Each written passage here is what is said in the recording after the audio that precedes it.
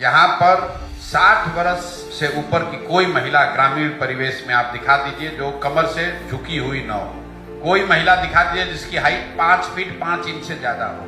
इतना माल न्यूट्रिशन है, इतना स्टारवेशन है नीचे। लोगों के शरीर में कैल्शियम और हीमोग्लोबिन की कमी की वजह से 50-55 आते आते लोग 70 का दिखने लगते हैं। गांव देहात में लोग कहता है गरीब आदमी जल्दी बूढ़ा हो जाता है। बिहार में पर कैपिटा इनकम है 35,000 रुपीज पर एनम। देश का एवरेज पर कैपिटा है 1,40,000। गोवा का पर कैपिटा है 2,70,000।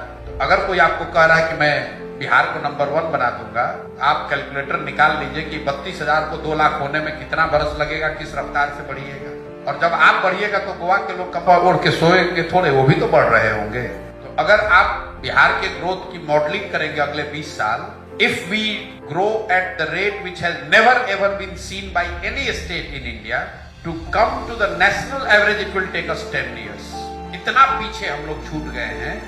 Yes, we can talk about large industry, we can talk about biotech, we can talk about artificial intelligence and all. I don't want to appear pessimistic, but we have to be realistic.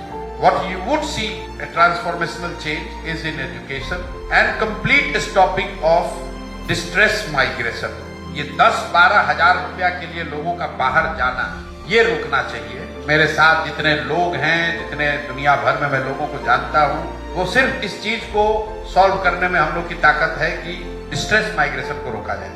क्योंकि जब आपका बच्चा बाहर जाता है और जानवरों की तरह कहीं काम करता है, तो आप बिहार और बिहारी प्राइड ये सब की बात मत कीजिए। For me, that is the real crisis I need to solve.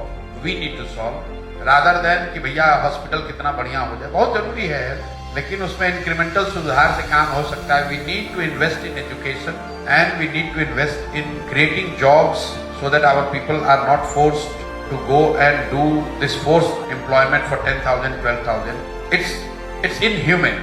Crisis है, लेकिन resources are always finite. Hence, you have to prioritize what you want to do. मुझे ऐसा लगता है बच्चों की यहाँ पढ़ाई और रोजगार, अगर ये 2 चीज हो जाए अगले 10 साल में, तो हेल्थ में आपको बाय डिफॉल्ट कुछ सुधार दिखेगा।